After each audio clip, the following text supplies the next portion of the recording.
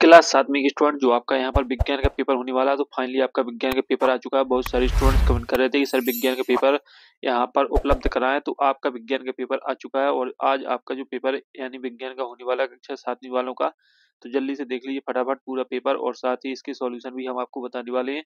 तो यदि आप चैनल पर नए हैं तो चैनल को सब्सक्राइब, वीडियो को लाइक ठोक कर अपना सपोर्ट जरूर दिखाएं। तो आप यहाँ पर देख लीजिए पूर्णांक आपका 60 नंबर का है। कक्षा 7 समय आपको यहाँ पर देख लीजिए 2.5 घंटे देखने को मिल जाएगा। तो विषय विज्ञान का पेपर है, जल्दी से फटाफट पढ़ लीजिए और साथ ही स्क्रीनशॉट लगा लीजिए और कॉपी में नोट कर लीजिए। आपको संपूर्ण सॉल्यूशन आपको बताने वाले हैं।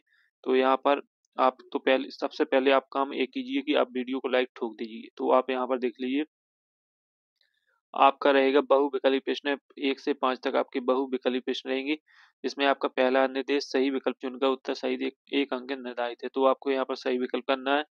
तो आप यहाँ पर जल्दी से फटाफट देख लीजिए जो आपका पहला प्रश्न है, ऐसा पौधा जिसकी पत्तियां घड़ी के आकार में बदल जाती हैं, छोटे छोटे कीड़े मकोड़ों का शिकार करता है। तो इसमें आपको 4 विकल्प देखने को मिल जाएंगे, बेल का पौधा, जंगली पौधा, झाड़ी युक्त पौधा, घटपड़ी। तो इसमें जो आपका करेक्ट आंसर रहेगा वो हम आपको बता देते हैं। तो इसमें आपका रहेगा घटपड़ी। तो आपका यहाँ पर करेक्ट आंसर हो जाएगा, जल्दी से देख लीजिए। फिर इसके बाद है आपका यहाँ पर दूसरा, चीरने एवं फाड़ने वाले दांत कहलाते हैं रदनक और चवणनक, कृतज्ञ, अग्र, चक। तो इसमें जो आपका करेक्ट आंसर है वो आपका यहाँ पर करेक्ट आंसर रहने वाला, देख लीजिए जल्दी से, रदनक। इसके बाद है आपका यहाँ पर तीसरा प्रश्न है, हम जानते हैं कि धमनी सदैव ऑक्सीजन समृद्ध रक्त का परिवहन करती है तथा सिरा अशुद्ध रक्त का को हृदय तक ले जाती है। फुफ्फुक्त धमनी से संबंध में कौन सा कथन सही है? तो इसमें आपको 4 कथन देखने को मिल जाएंगे। यह ऑक्सीजन समृद्ध रक्त को फेफड़े से हृदय तक ले जाती है, यह कार्बन डाइऑक्साइड समृद्ध रक्त को फेफड़े तक ले जाती है। विकल्प ए और तथा दोनों बी दोनों सही है। और डी है यह ऑक्सीकरण ऑक्सीजन एवं कार्बन डाइऑक्साइड दोनों से समृद्ध रक्त का परिवहन करती है। तो इसमें जो आपका करेक्ट आंसर रहने वाला है यहाँ पर तीसरे का, वो आपका यहाँ पर हो जाएगा, यह ऑक्सीजन समृद्ध रक्त को फेफड़े से हृदय तक ले जाती है। इसके बाद आता है आपका यहाँ पर चौथा, ऐसी ऐसी गति जो निश्चित समय अंतराल के पश्चात अपनी गति को दोहराती है क्या कहलाती है? सरल रेखी गति, घूर्णन गति, असमान गति, आवृत्ति गति। तो इसमें जो आपका करेक्ट आंसर रहेगा, आपका करेक्ट आंसर यहाँ पर हो जाएगा आवृत्ति गति। फिर आता है आपका पांचवा प्रश्न, निम्नलिखित में से किस रसायन का प्रयोग जल के शुद्धिकरण में किया जाता है? कपड़े धोने का soda, DT powder, chlorine, phenyl. तो इसमें आपका हो जाएगा यहाँ पर क्लोरीन। तो इस तरीके से आपके जो सही विकल्प कंप्लीट हो जाते हैं, जल्दी से देख लीजिए एक बार फिर से।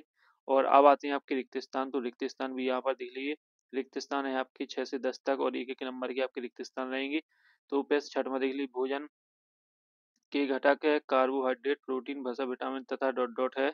तो इसमें आपको लिख लेना है, यहाँ पर लिख लीजिए आप खनिज,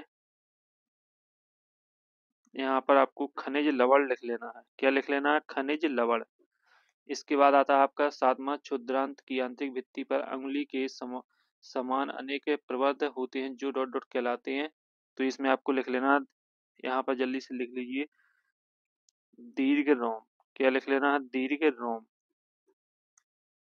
फिर आता है आपका आठवां, बुखार आने पर डॉक्टर द्वारा शरीर के ताप को मापने के लिए उपकरण का प्रयोग किया जाता है।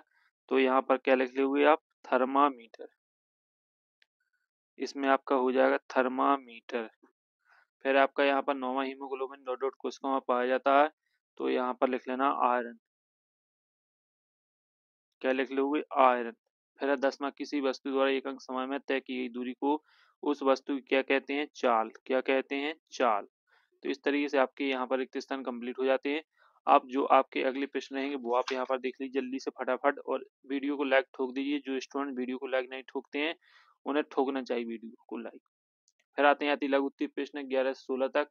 तो आपके निर्देश में दिए गए प्रश्नों के उत्तर एक शब्द एक वाक्य में यानी सीमित शब्दों में आपको आंसर देना है। तो जो आपका 11वां प्रश्न है, सहजीवी संबंध किससे कहते हैं? तो इनके जो यानी आंसर है, उत्तर है, वो हम आपको वीडियो के एंड में बताएंगे। पहले आप क्वेश्चन को देख लीजिए। 12वां प्रश्न आप देख लीजिए, अमाशय की संरचना कैसी होती है? और जो आपका 13वां प्रश्न है, क्षारक किसे कहते हैं? उदाहरण उदाहरण सहित स्पष्ट कीजिए। और 14वां आपका, गर्मी के दिनों में पसीना अधिक निकलने पर कपड़ों पर सफेद धब्बे बन जाते हैं, क्यों? और जो आपका यहाँ पर 15वां प्रश्न है, पादप में जनन के प्रकारों के नाम लिखिए। 16वां है आपका ह्यूमस किसे कहते हैं। तो यहाँ पर अति लघु उत्तरीय प्रश्न आपके कंप्लीट हो जाते हैं और इनके जो यहाँ पर आंसर है वो हम आपको वीडियो के एंड में बताएंगे। आप वीडियो के एंड तक रुकें, वॉच करें वीडियो को। फिर आते हैं आपके लघु उत्तरीय प्रश्न। तो लघु उत्तरीय प्रश्न यहाँ पर देख लीजिए 3-3 नंबर के रहेंगे। जिसमें आपका प्रश्न 7वां, गर्मी में सफेद और या हल्के रंग के वस्त्र तथा सर्दियों में गहरे रंग के वस्त्र पहनना अधिक आरामदायक क्यों प्रतीत होते हैं। तो ये आपका यहाँ पर 7वां प्रश्न हो जाएगा। 18वां प्रश्न देख लीजिए, कारखानों के अपशिष्ट को जलाशयों में प्रवाहित करने से पहले उदासीन क्यों किया जाता है। और इसके बाद है आपका 19वां, परागण किसे कहते हैं, परागण के प्रकार के नाम लिखिए। फिर आपका यहाँ पर 20वां प्रश्न देख लीजिए, रैखिक गति वृत्ति गति को उदाहरण सहित लिखिए। फिर आपका 21वां, पेड़ों का महत्व बताइए। 22वां, आपांक क्या है, शुष्क आपांक का उपयोग कहाँ किया जाता है। फिर आते हैं आपके दीर्घवृत्तीय प्रश्न। तो दीर्घवृत्तीय प्रश्न 23वां देख लीजिए, यहाँ पर लोहे पर जंग लगने की क्रियाविधि रासायनिक समीकरण देना है। और बी है आपका, लोहे में जंग लगने के लिए आवश्यक परिस्थिति क्या है। 24वां है आपका, जाइलम क्या है या पौधे की वृद्धि तथा विकास किस प्रकार सहायक है। 25वां, विद्युत धारा के चुंबकीय प्रभाव को उदाहरण सहित है समझाई चित्र भी बनाइए। 20वां है आपका, वास्तविक आभासी प्रतिबिंब में कोई 3 अंतर लिखिए। तो स्टूडेंट्स इनकी जो उत्तर है यानी जो इनकी आंसर है वो अब हम आपको बताने वाले हैं। वीडियो को लाइक ठोक दीजिए। तो चलो इनके सॉल्यूशन देख लेते हैं। तो स्टूडेंट्स ये रहा आपका यहाँ पर 11वां जो प्रश्न आपका अति लघु उत्तरीय प्रश्न था 11वां कि सहजीवी संबंध किसे कहते हैं। तो इसका जो सॉल्यूशन है वो आप यहाँ पर देख लीजिए। सहजीवी संबंध वो संबंध होता है जिसमें दो भिन्न जीव एक दूसरे के साथ रहते हैं, लाभ प्राप्त करते हैं, जैसे लाइकेन, कवक, शैवाल। इसके बाद है आपका 12वां प्रश्न है।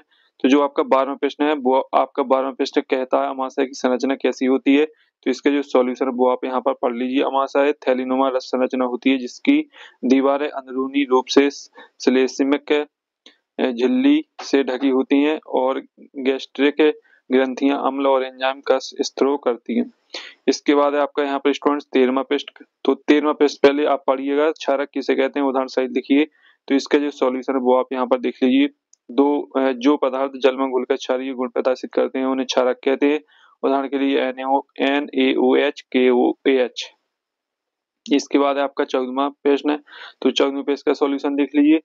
तो 14वां प्रश्न आपका, गर्मियों के दिनों में पसीना अधिक निकलने पर कपड़ों पर सफेद धब्बे बन जाते हैं क्यों। तो इसका जो सॉल्यूशन है 14वें का वो आप यहाँ पर देख लीजिए। पसीने में लवण घुले घुले होते हैं जो पानी के बाष्पीकरण के बाद कपड़ों पर सफेद डिब्बों के रूप में रह जाते हैं। इसके बाद है स्टूडेंट्स आपका यहाँ पर 15वां प्रश्न है। तो 15वां जो प्रश्न है, पादपों में जनन के प्रकारों को बताइए। तो यहाँ पर आपके ये रहा 15 प्रश्न का सॉल्यूशन, लैंगिक जनन और अलैंगिक जनन, यानी दो प्रकार होते हैं, जनन के दो प्रकार होते हैं। इसके बाद है आपका 16वां प्रश्न है। तो 16वां प्रश्न पहले पढ़िएगा, इसका सॉल्यूशन ये रहा, ह्यूमस किसे कहते हैं। तो ह्यूमस जैविक पदार्थ पर विघटित रूप होता है जो मिट्टी की उर्वरता बढ़ाता है। ये आपका 16वें प्रश्न का सॉल्यूशन हो जाएगा। फिर आता है आपका यहाँ पर 7वां प्रश्न है। तो 7वां प्रश्न बोलता है आपका, गर्मियों में सफेद या हल्के रंग के वस्त्र तथा सर्दियों में गहरे रंग के वस्त्र पहनना अधिक आरामदायक है क्यों प्रतीत होता है। तो इसका जो सॉल्यूशन है वो आप यहाँ पर देख लीजिए। गर्मियों में सफेद या हल्के रंग के वस्त्र पहनने से वे सूर्य के प्रकाश को प्रभावित करते हैं जिसमें गर्मी कम लगती है। सर्दियों में गहरे रंग के वस्त्र अधिक ऊष्मा अवशोषित करते हैं जिससे शरीर को गर्मी मिलती है। तो ये आपका यहाँ पर हो जाएगा 17वें प्रश्न का सॉल्यूशन देख लीजिए। फिर आता है यहाँ पर आपका 18वां प्रश्न है। तो 18वां जो प्रश्न है वो आप यहाँ पर पढ़िएगा, कारखानों के अपशिष्ट को जाइलम में प्रवाहित करने से पहले उदासीन क्यों किया जाता है। तो 18वें प्रश्न का सॉल्यूशन ये हो जाता है आपका, कारखानों के अपशिष्ट में अम्लीय या क्षारीय तत्व हो सकते हैं जो जलाशय में जीवों को हानि पहुंचा सकते हैं, इसलिए उसे उदासीन करने से जल का पीएच संतुलित हो जाता है और जल जीवों के लिए सुरक्षित बन जाता है। फिर आता है आपका अगला प्रश्न है यहाँ पर 19वां प्रश्न। तो यहाँ पर जो 19वां प्रश्न है वो आप पढ़िएगा। 19वां प्रश्न है, परागण किसे कहते हैं, परागण के प्रकार लिखिए। तो 19वें प्रश्न का सॉल्यूशन ये हो जाएगा, परागण और प्रक्रिया इसमें फूलों के नर भाग से परागकण मादा भाग पर पहुंचते हैं और यह दो प्रकार के तो होते हैं, स्वपरागण, परपरागण। फिर आपका यहाँ पर 20वां। तो 20वां देख लीजिए जो क्वेश्चन रहेगा 20 में यहाँ पर रहेगा 20 यहाँ पर जो आपका आपका सॉरी यहाँ पर आप क्वेश्चन को देखिएगा। आपका आता है 21वां प्रश्न, सॉरी यहाँ पर 20वां प्रश्न पहले आप देख लीजिए। जो आपका 20वां प्रश्न है 20वां प्रश्न है, रैखिक गति और वृत्तीय गति को उदाहरण सहित लिखिए। तो यह रहा आपका 20वें प्रश्न का सॉल्यूशन। रैखिक गति, जब कोई वस्तु एक सीधी रेखा में चलती है तो उसे रेखीय गति कहते हैं, जैसे सड़क पर चलती कार। वृत्तीय गति, जब कोई वस्तु एक निश्चित बिंदु के चारों ओर घूर्णन गति करता है तो उसे वृत्तीय गति कहते हैं, जैसे पंखे के ब्लेड का घूमना। अब आता है आपका 21वां प्रश्न का सॉल्यूशन। तो जल्दी से फटाफट देख लीजिए। पेड़ों का महत्व लिखिए। तो आपको पेड़ों का महत्व यहाँ पर लिख देना है। और इसके बाद है आपका 22वें प्रश्न का सॉल्यूशन, देख लीजिए। और ये आपका 23वें प्रश्न का सॉल्यूशन, और साथ ही ये आपका 24वें प्रश्न का सॉल्यूशन। और अच्छे तरीके से सॉल्यूशन को देखिएगा। ये आपका 25वें पेज का सॉल्यूशन हो जाएगा, जल्दी से स्क्रीनशॉट लगा लीजिए। ये है आपका 26वें पेज का सॉल्यूशन, वास्तविक और आभासी प्रश्नों में अंतर। तो जल्दी से फटाफट पढ़ लीजिए, स्क्रीनशॉट लगा लीजिए, रट लीजिए और वीडियो को लाइक, चैनल को सब्सक्राइब कर दीजिए। तो अगली वीडियो में स्टूडेंट्स फिर मिलते हैं, तब तक के लिए जय हिंद, वंदे मातरम।